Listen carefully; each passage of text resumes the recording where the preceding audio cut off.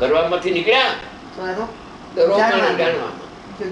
જાણવું તો જોઈએ ને. કેવડી ભગવાન લોકો જાણે છે અને જાણનાર છો ને હું જાણવાનો સ્વભાવ છે તો જાણવું તો ખરો ને. આ દુકાન મારી કે હલકા મારી એમ નહીં, પણ હલકા છે એમ તો જાણવું ને. એટલું તો જાણવું છે. જાણવાનો સ્વભાવ કીધો સ્વભાવ છે કીધો. મરી ગયો મરી ગયો.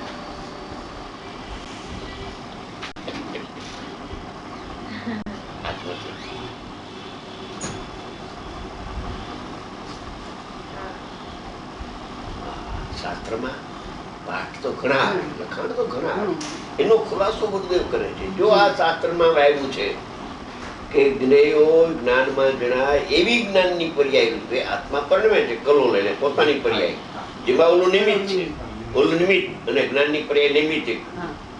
કે જ્ઞેય અને આ જ્ઞાન એ સંબંધેનું, એના સંબંધેનું જ્ઞાન, આત્મા સંબંધેનું નહીં, જ્ઞેય સંબંધેનું જ્ઞાન કે છે. એ વાક્ય છે, તો એ સાચું માનીશ માં. હા, જ્ઞાન આત્માને જાણે છે એ વાત સાચી માનજે, પણ આને જાણે છે એ વ્યવહાર છે. વ્યવહાર તો કહ્યું હો, ધ્યાન રાખજે, આ વ્યવહારની નું કથન છે. હો, વ્યવહારની નું કથન એટલે જૂઠું એમ છે નહીં.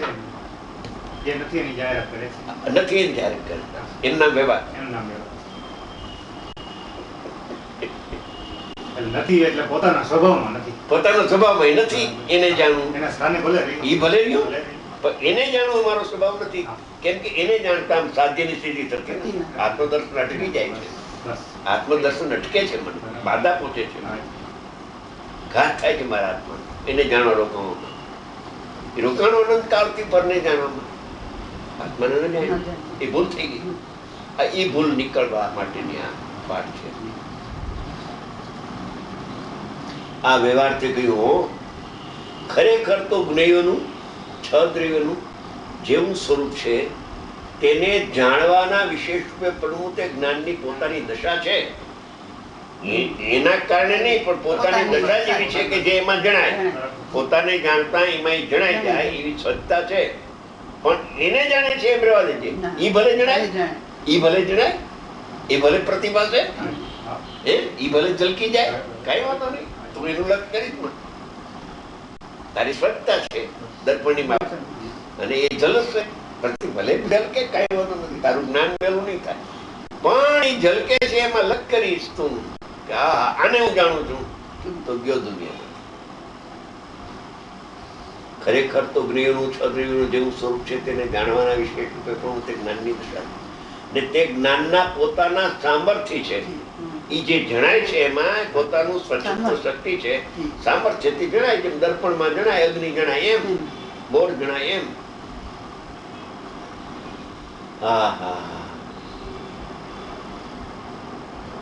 જ્ઞેયોના આકારે થતું જ્ઞાન, જો ઇન્ટુ કોમા કર્યા, જ્ઞેયોના આકારે થતું જ્ઞાન, કોમા કર્યા ને બે ચિહ્ન ઉપર વાક્ય, એ તો કેવા માત્ર છે. કેવા માત્ર છે.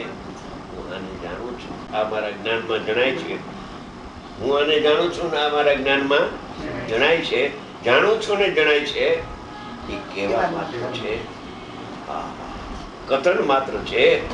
એક વાક્ય તો બસ થાય, એક વાક્ય તો બસ થઈ જાય, જ્ઞેયથી વ્યાવૃત થઈ જાય, પાછો ફરી જાય ને જાણનાર ને જાણવા મળે. કથન માત્ર છે. આ કોઈ મહાપુરુષ પાઈકો આપણા માટે જ જાણીને જન્મ લીધું એવું લાગે છે. આપણો કાળ પાકી ગયો તો, આપણો કાળ પાક્યો તો આવું નિમિત્ત તો હોય ને, અને સમર્થ નિમિત્ત તે શંકરનું દ્રવ્ય મળ્યું આપણને. એમ સાધારણ સમ્યક દ્રષ્ટિ કે પાંચમા ગુણસ્થાન વાળા કે મુનિરાજે મળે, પણ આ તો સમર્થ પુરુષ પાક્યો, જબરજસ્ત.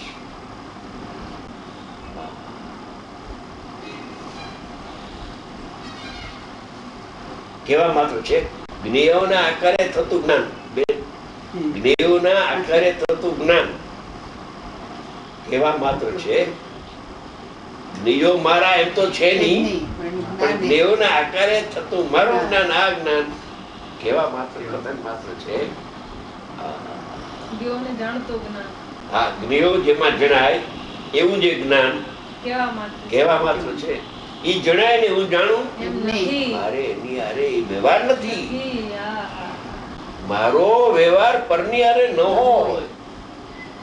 એક નાતમાં વ્યવહાર હોય, દીકરી દીકરા લગ્નમાં. અત્યારે જુદી વાત છે, આ તો વાત કરું.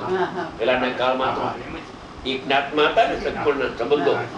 એમ આ નાત બીજી છે. 6 દ્રવ્યો. મારી નાત ક્યાં છે? મારો વ્યવહાર મારી પાસે છે. હું જ્ઞાન ને મારો આત્મા જ્ઞાયક જાણનારને જાણું એ વ્યવહાર છે એક જાતમાં. વિજાતમાં વિજાતમાં વ્યવહાર પણ નથી, નિશ્ચય તો નથી, વ્યવહાર નથી. રાગને જાણવું મારો ધર્મ નથી, કરવું તો ધર્મ નથી. કેમ કે જાત જુદી છે એની. જ્ઞાન ને જ્ઞેયની જાત જુદી ન જુદી હોય ન હોય ને ઈ વ્યવહાર ન હોય આત્મામાં. જુદી જાતની સાથે જ્ઞાન જ્ઞેયનો વ્યવહાર ન હોય. હા, એમ કે છે. જ્ઞાન જ્ઞેયનો ભેદ એટલો અંદર રાખ તો વ્યવહાર થાય. અભેદ કરતો નિશ્ચય. તારે વ્યવહારને નિશ્ચય જોતો હોય તો અંદર છે ને? અંદર છે. હું જ્ઞાન ને હું જ્ઞેય એ વ્યવહાર થઈ ગયો. અનુભવમાં હું જ્ઞાન ને હું જ્ઞેય એકાકાર થઈ ગયો નિશ્ચય. તારું જ્ઞેય તો અહીંયા છે. અહીં જો ને વાં ક્યાં જ્ઞેય છે તારું? એટલામાં જ રમત કરો કે અભેદ કે વ્યવહાર આ જ્ઞાન ને જ્ઞેય. ઈ ભેદ કરો તો વ્યવહાર, અભેદ કરો તો નિશ્ચય, અભેદ કરો તો અનુભવ. બસ નિશ્ચય વ્યવહાર નો અંદર છે. હા, 12માં કાંઈ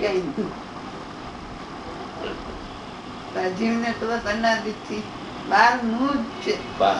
બહારનું કરવું ને બહારનું જાણવું જોવું. બસ એ રહી. અહીંયા આવ્યો તો એક પર જાણવા માંડ્યો કદાચ અહીંયા આવ્યો ગુરુદેવ પાસે તો જાણવું તો સ્વભાવ છે ને, જાણવું તો ખરું. આપણા મુમુક્ષો અત્યારે મારી સામે દલીલો કરે છે, ઘણા આવે છે મારી સામે, તો આવે જ નહીં. ભલે આવે, કઈ વાંધો નહીં, પણ મેં હું કહું કે તમે ગુરુદેવને માનો ને, હું ક્યાં કહું છું? આ તો હજી ટેપ છે ને, પાછી ટેપો છે. તમે ગુરુદેવના શબ્દો આ ગુરુદેવ જ બોલે છે એમ તમે ખાતરી થાય.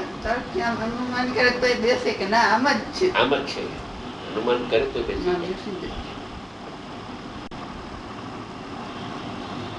લાયક જીવને બેસવા માંડે, હકાર આવે અંદરમાંથી. ગુરુદેવ કહેતા હતા એક વાર હાથો પાડ તો હાલત થઈ જશે બેન. એવું જ છે ને, હા પાડે તેનું કામ થઈ જશે, ના પાડતો તો રહી જશે.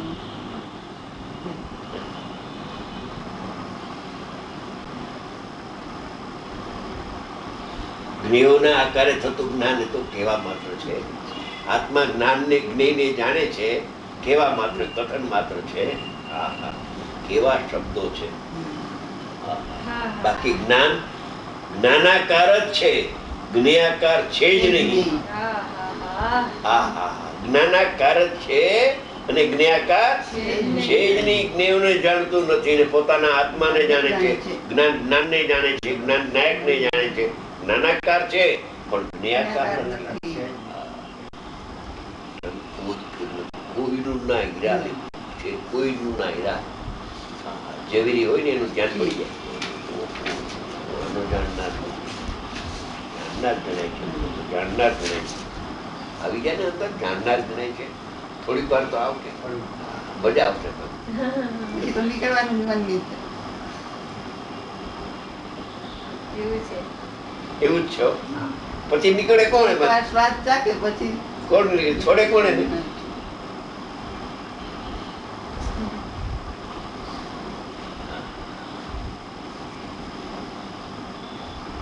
જ્ઞાનાકાર છે, જ્ઞેયાકાર છે. અસ્થિનાસ્તિ અને જ્ઞાનાકાર છે અને જ્ઞેયાકાર નથી. એમ સમજાણું કઈ? અહીં કહે છે એ જ્ઞાનની પર્યાય ને મારા દ્રવ્ય ગુણ, દ્રવ્ય ગુણ પર્યાય ત્રણેય થઈને હું જ્ઞેય છું. જ્ઞેય અહીંયા છે, જ્ઞેય અહીં ક્યાં છે? તારું જ્ઞેય તો અહીંયા છે. દ્રવ્ય ગુણ ને પર્યાય એ તારું જ્ઞેય છે, એને જાણ ને. જ્ઞેય છે, જ્ઞેય છું. જ્ઞાન હું, જ્ઞાતા હું ને જ્ઞેય આ લોકાલોક. એવું કોણે કહ્યું? જ્ઞાન હું, જ્ઞાતા હું, બે અહીં રાખ્યું. જ્ઞાતા ને જ્ઞાન બે રાખ્યું અને જ્ઞેય ક્યાં થાક્યું?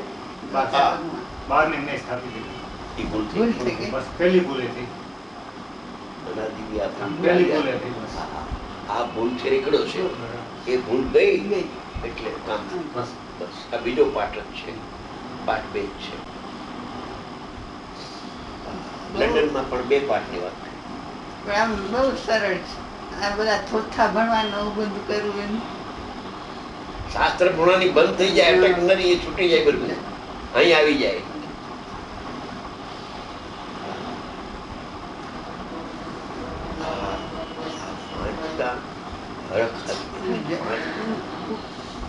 વિચાર કરતા આમ અંદર ઉમંગ આવે.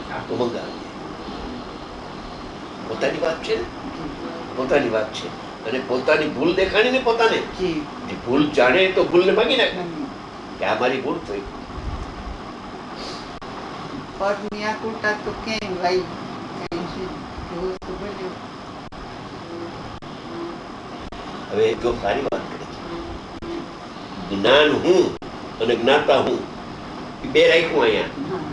ને જ્ઞેય આલોકાલોક. એવું કોને કહ્યું? કોને કહ્યું આ વાત? આ તો છે નહીં કે વાત. ગુરુદેવ કે કોને કહ્યું આ વાત? એવું તો વસ્તુ સ્વરૂપ નથી. હું જ્ઞાન અને હું જ્ઞાતા અને આ મારા જ્ઞેયો લોકાલોક એમ કોને કહ્યું? એવું છે નહીં. હા. ક્યાં ભરતી આવી જાહેરાત કરી ગુરુદેવે? કેવી જાહેરાત પણ ટંકો જ કર્યો, દાંડી ક્યાં પીટી. ભરતી પણ વિચાર કરી? દાંડી પીટીને જે કર્યું. વાત કોઈ જાણતું નહોતું, માન્ય ના રાખે એવી વાત નહીં. માન્ય ના રાખે એવી વાત. માન્ય ના રાખે એવી વાત એમણે જાહેર કરી. કોઈ માન્ય ના રાખે હો. હા, અત્યારે નથી રાખતા હા, હા, પણ પણ લાયક કોઈ રાખે. ત્યારે તો કોઈ માન્ય ના રાખે એવી વાત એવી વાત. કરવાની હિંમત થવી એ પણ ગજબ છે. હિંમત હો. હા, હા, અનુભવીને હિંમત આવે. બરાબર છે. અનુભવ હતો ને એટલે હિંમત આવે. માને કે ન માને કોઈ. હા, હા. વસ્તુ તો આ છે, માનો ના માનો આમ જ છે. કંઈ. તમારી પરથી સ્વતંત્ર છો.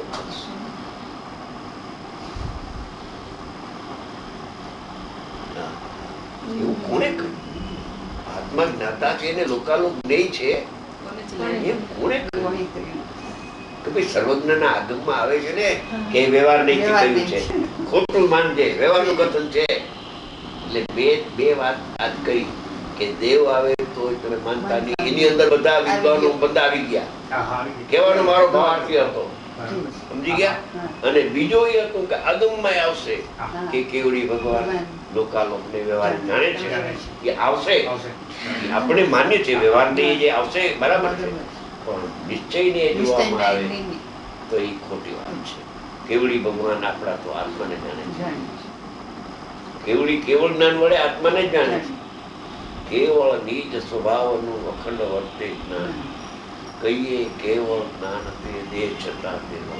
શ્રીમદનું વાક્ય છે, અનુભવીનું વાક્ય છે કે કેવડીની વ્યાખ્યા કરી એને ખબર હતી કે લોકાલોકને જાણે તે કેવડી એ બધા ચલાવે છે. સમજી ગયા? એમ નથી. કેવડી તો પોતાના આત્માને ડૂબીને અંદરમાં જાણે છે. આમ આમ જાણવા જાય, નહીં. આમ આમ જાણે કોઈ ના, કોઈ વેદ છે. એ અભેદ છે. ભેદ જ પડતો નથી કેવળ જ્ઞાન ને આત્માનો. ભેદ પડે તો ઓલું વાક્ય આવે પણ ભેદ જ પડતો નથી.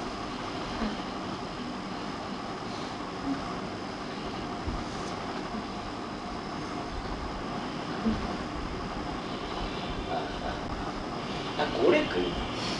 ગજબની એમ ગજબની હિંમત. કોણ કહે છે કે લોકાલોકને જાણે છે જ્ઞાન?